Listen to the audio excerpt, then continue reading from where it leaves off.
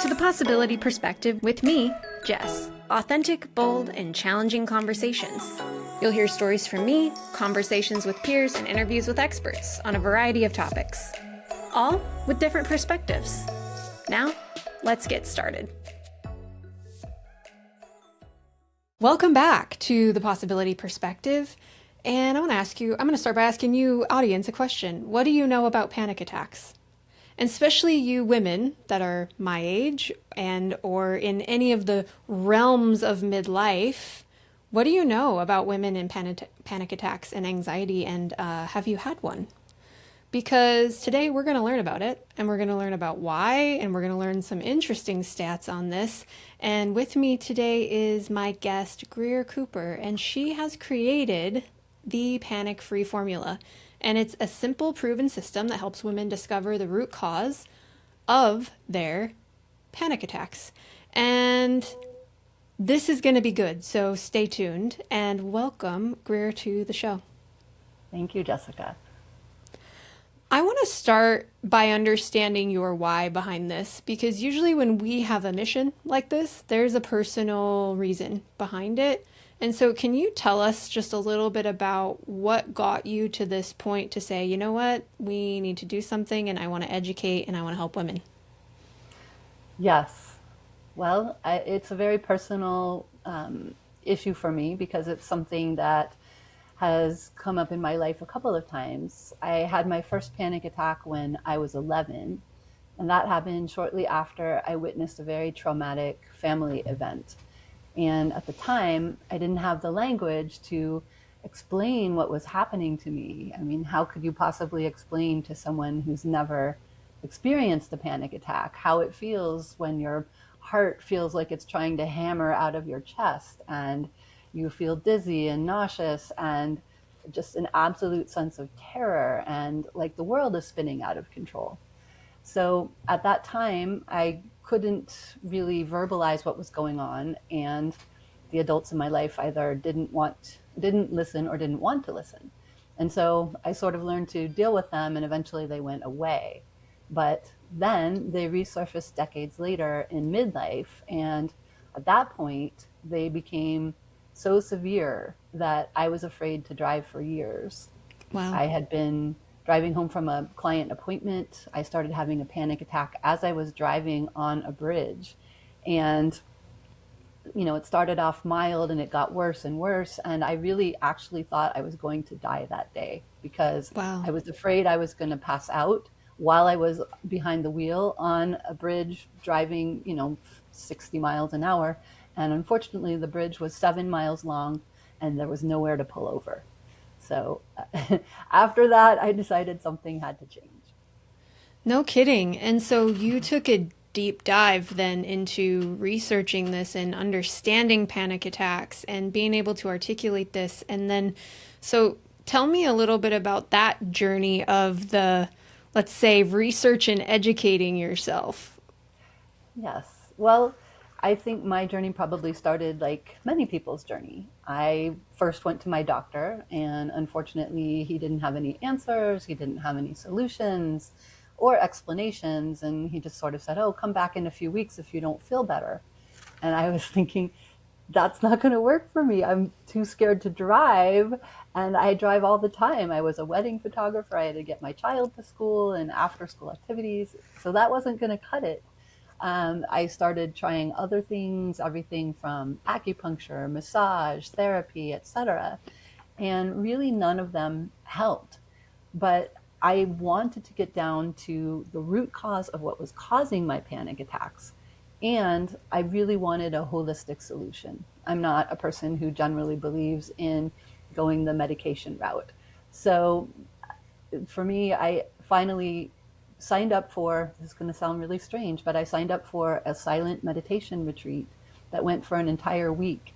And it was during that time that things finally started to shift for me because I realized that so much of panic attacks are an inside job. And so that meant I had to learn how to manage what was going on inside. And eventually I found the tools that helped me do that. I found the tools that helped me to walk back and attack if it was starting.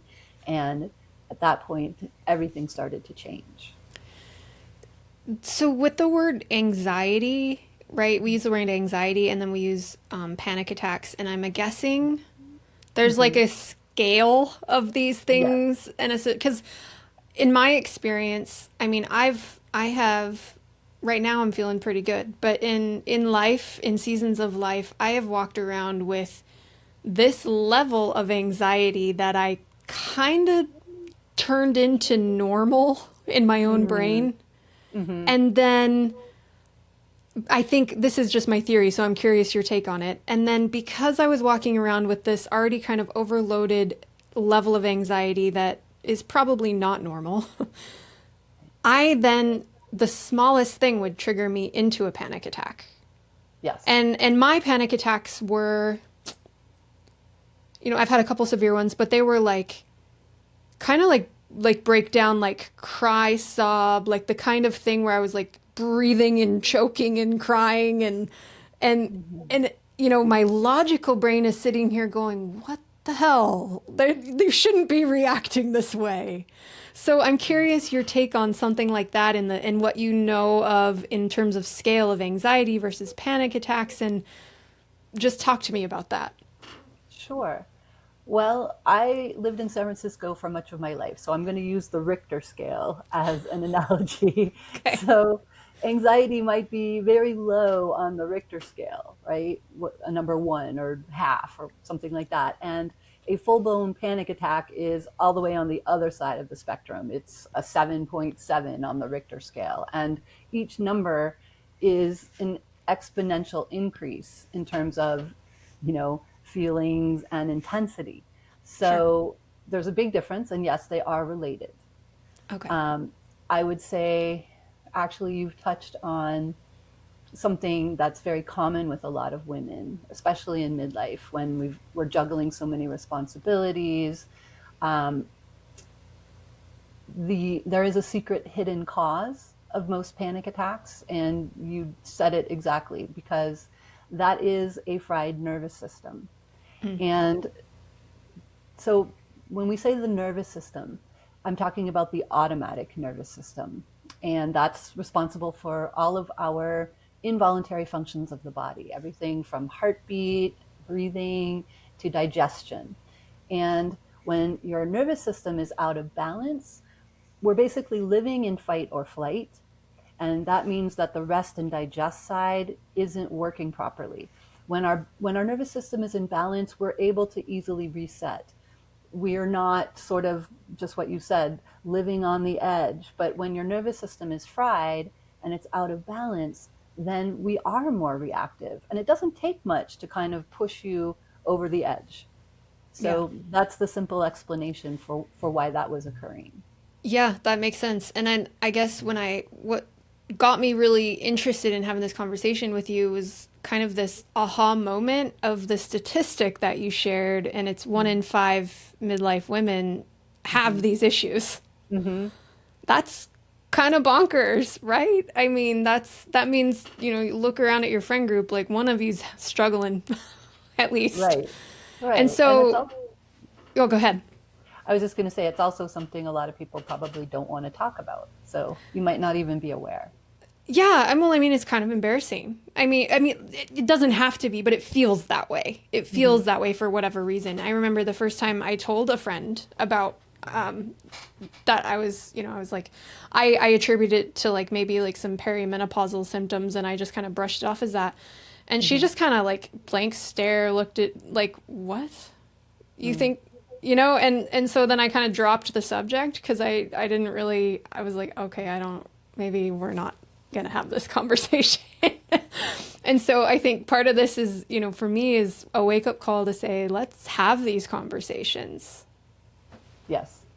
Yes. Well, I mean, a lot of people maybe feel some sense of shame, not being able to handle it. Sometimes they might feel like they're letting other people in their life down Hmm. by struggling with this.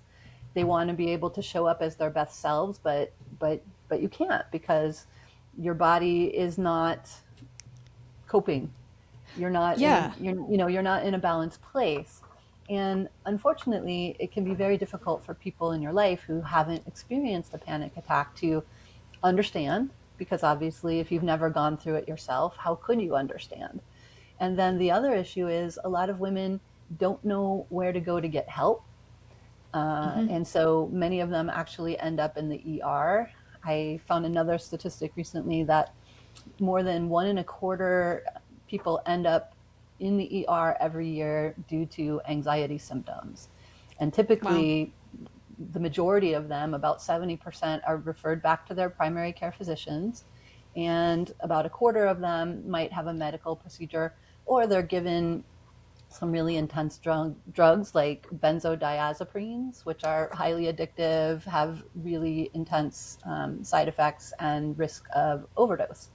So those solutions are not cutting it. And I think, as in my case, a lot of people just don't know where to start to get help. Can we talk a little bit about some awareness things to recognize in ourselves? Like what it, Mm-hmm. you know, if you're going to give some tips around like awareness around, you know, the anxiety levels and panic attacks and maybe even kind of into when you feel one coming on, what do you do? Yes, yes. Well, you touched on a key word there, which is awareness. And I think that is one of the critical keys to beginning to unravel the mystery of why panic attacks occur. If we can start to build awareness and start to notice sooner when you're feeling off. And, that can feel like you're stressed. Maybe you're snappy with people that you live with or people that you work with. Um, Maybe you're stuck in a loop of obsessive thinking about a problem or some sort of a situation that feels out of control in your life. Those are some of the primary ways that things can sort of start to spiral. Um, but also just being aware of how you feel in your body. Like you had mentioned earlier, that you had noticed sort of like a persistent sense of anxiety. Hmm. And I think for a lot of women, we tend to ignore that because we have so many things we have to do, right? Most of us feel like we can't give ourselves permission to take some time off and relax and reset, but that's actually exactly what we need to do, because if we don't, then we end up with a bigger problem. Yeah. Yeah. Okay, so real life example of this. Mhm. I was helping someone pack up and move over the last week. And Mm. it was kind of a like sprint. It was like a Mhm. we got to get this done. There's a deadline and it was a sprint. And I was doing that. I mean, we're all kind of stressed out, right? Like doing that on top of your work, on top of trying to take care of yourself and life, right? Mhm. And it's the last day and it's the mad dash and I'm like my husband, so he's very aware. So I was about to leave the house and I was already like on edge, right? I was on Mhm. edge. I was kind of, let's say, maybe getting impatient and concerned about getting everything done. And he was like, "Can you stop for a second before you leave the house? Because if you leave the house in this condition, things aren't going to go well for you." Mm. He knows me. He knows me. He's seen this Yes. pattern before, right? He's like, "Please just sit down for a second." And so I sat down for a second and I kind of came down and maybe a notch. Mhm. But I was still up here, right? And so I go and I'm doing the thing and I'm rushing through stuff. And guess what happened? Mm. Fell off a deck, sprained my ankle, one of the worst sprains I've ever had, Oh which has no. now forced me, because I can't really walk right now. So since Saturday, I have been forced to not really do a whole heck of a lot. And it's kind of to your point, you know, if we don't, if we're not aware and we're not taking care of the inside, there will be outside repercussions. Absolutely. Yeah, Absolutely. living example right now. Wow. Well, I'm really sorry to hear that happened. And it is very difficult to give yourself permission to just relax, Yeah, take some time. And yet, the problem with many women in midlife is that we do have so many things going on. We've got all these responsibilities. Maybe you're raising children, you have a family or a husband, you're working, you're getting meals on the table, you're paying bills, you're doing all the things. And there doesn't really seem to be an off button. And then I've noticed a trend in our culture recently where we've become sort of a culture of busyness, where that is something to aspire to, and people wear it like a badge. And you Hmm. ask people, how are you? Oh, I'm so busy. I'm doing this, I'm doing that, I'm doing the other thing. And that is not a sustainable way to live. So if there isn't a balance there, if there isn't time to rest and regenerate, if there isn't time to have meaningful connections with people in your life, if there isn't time to take care of your physical body, if there isn't time to relax and appreciate the world around you and soak up some nature, then it's not going to be sustainable. And eventually you're going to burn out. It's Hmm. just inevitable. So what are your tools? What's in your toolkit that you're suggesting to do to deal with all Okay. of this? I'm happy to share. Yes. So, I kind of walk everybody through a 4-step process in my panic free formula program. And so the first step is to discover the root cause. And one thing that you can do right now today to get started with that is to set an alarm on your phone, 3 alerts per day: morning, midday, and evening. And when the alert goes off, just get still, close your eyes, scan your body, notice how you're feeling, and give yourself conscious permission to just relax from head to toe, breathing into anything that might feel tight. And this is also going to help to build awareness. And then ask yourself 3 questions. Where is my mind? What am I thinking about? And is it serving me? Because if it isn't, then there are some mental patterns going on that are contributing to the overreaching problem. So this is one of the ways. I mean, of course, there are many different root causes, but a lot of it is our internal thought process. So this is one tool that I have everybody start with in the very beginning. And I really recommend that you journal or keep notes in your phone so you can sort of track and notice any recurring patterns, because a lot of people, most of us human beings, were wired to sort of think the same things. Apparently we think about 60,000 thoughts per day. Typically 80% of them are negative and 95% are repetitive from the day before. So that means we're stuck in these habits of mental habits where we think the same thing over and over. And if it's something that's not serving us, then you can shine the light on that and begin to sort of unravel it. Yeah. So that's tool number one. Um, Tool number two, you touched on. Our nervous system and our breath are intricately intertwined. So when we are feeling anxious and when women are having panic attacks, the biggest mistake that most people make is that they stop breathing normally.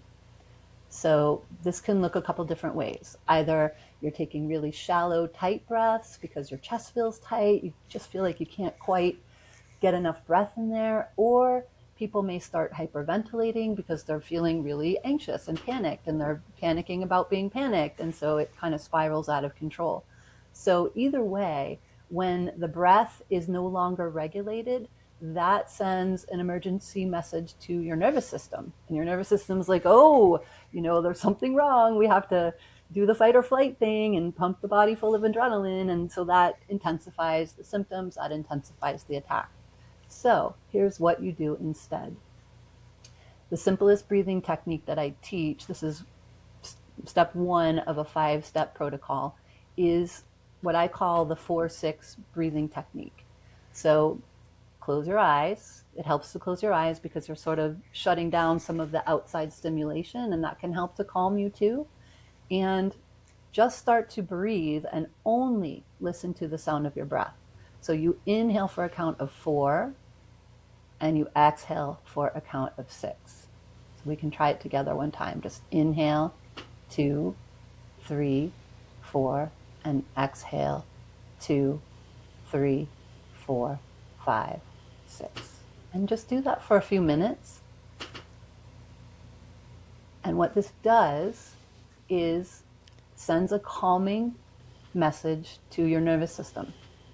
When your exhale is longer than your inhale, that's sending the message to your nervous system like, hey, this is actually a relaxed breath now, which means that everything is fine and the body can relax and you can start to sort of walk it back. Yeah.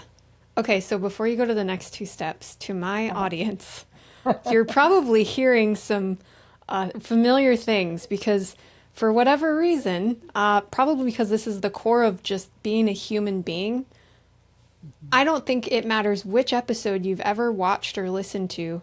There's something core in common with all of these, and it's called mindfulness. Mm, Because mm-hmm, it honestly doesn't matter which topic I've, brought on. I mean, it all comes back to this inner work and mm-hmm, this inner awareness and mindfulness and finding ways to be. And Grier just gave us two amazing tools on how to do that. Because you could talk like this about, yeah, you got to be mindful, you got to be relaxed, you got to be aware.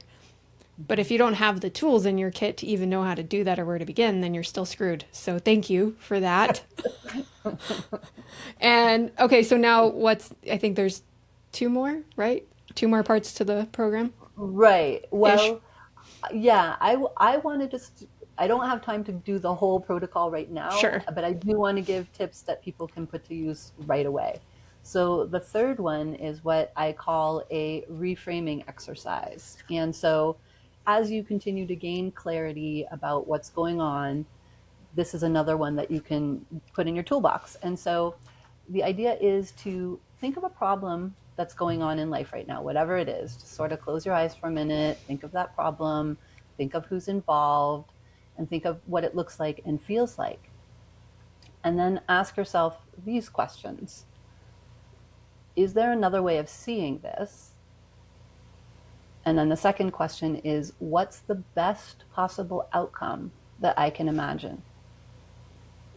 Because for most of us, when we're dealing with whatever problem in life is going on, the human brain wants to obsess about it, wants to chew about it, wants to keep talking about the problem. It wants to tell, you want to tell all your friends, you want to call your mom, you want to tell your dog how much life sucks right now. But that just is basically keeping the problem in front of mind rather than starting to think about it in terms of a solution.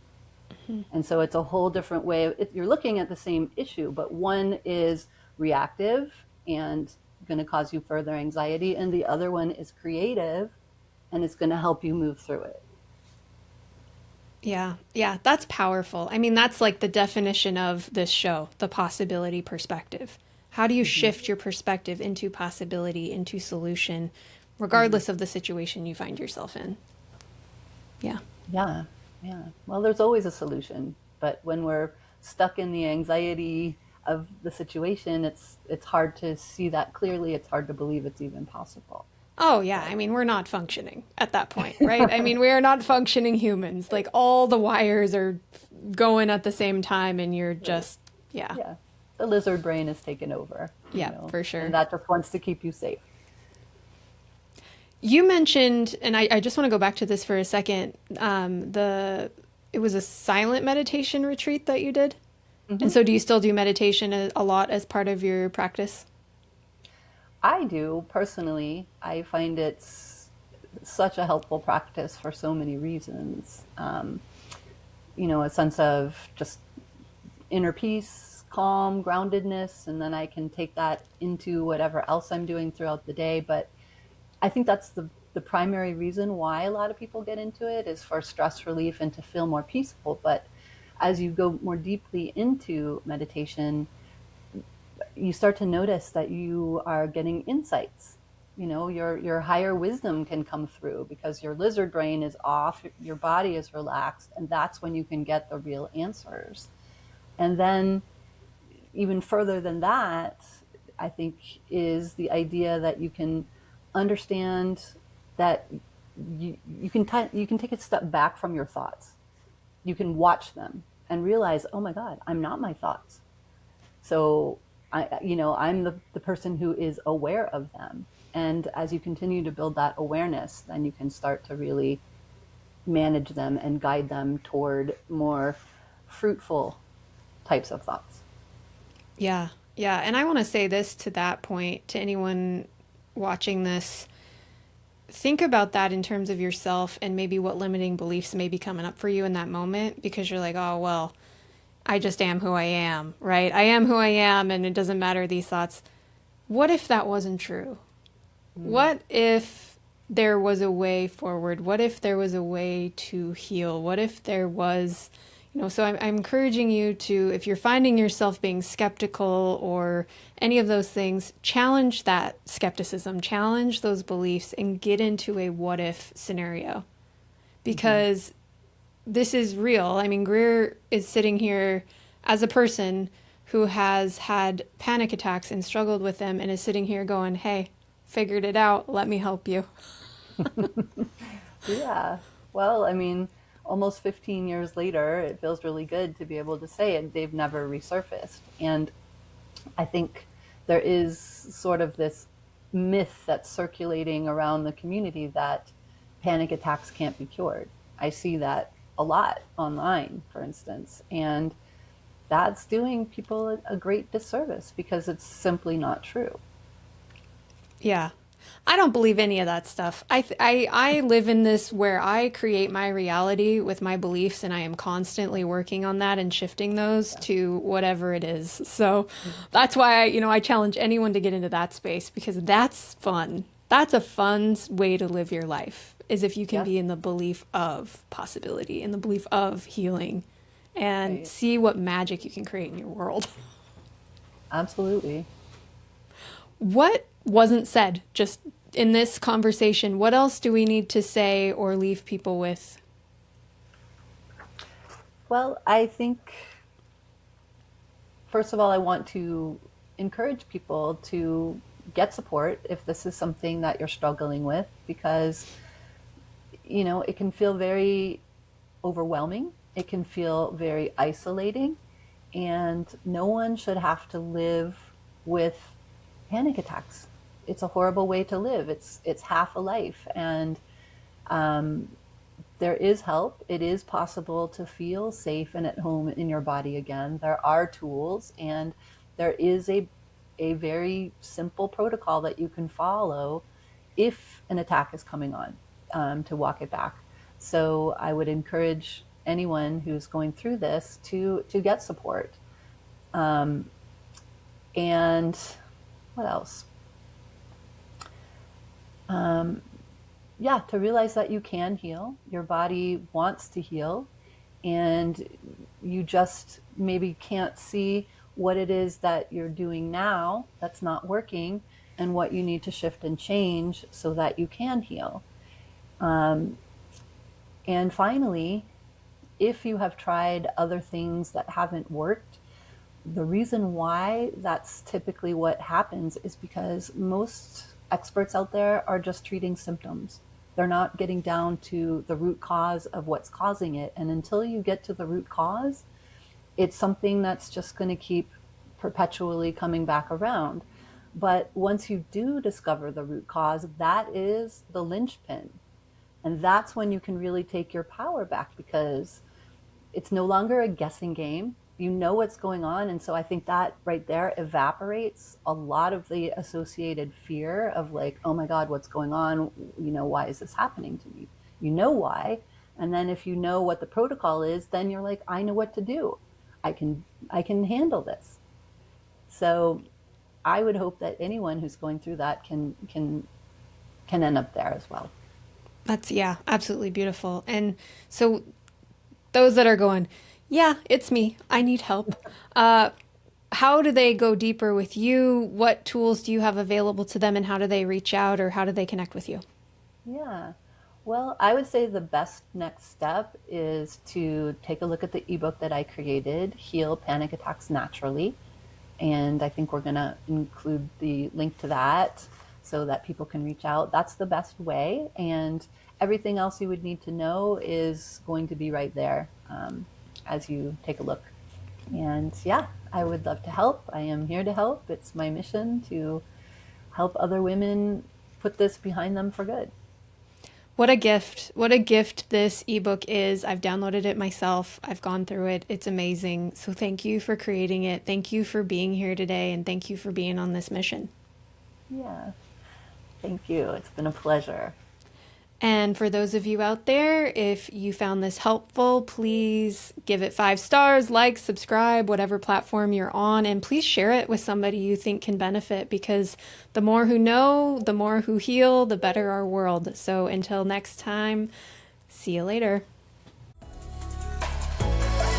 Thanks for listening to The Possibility Perspective on Transformation Talk Radio. For more information about the show, you can subscribe to the podcast. Visit thepossibilityperspective.com.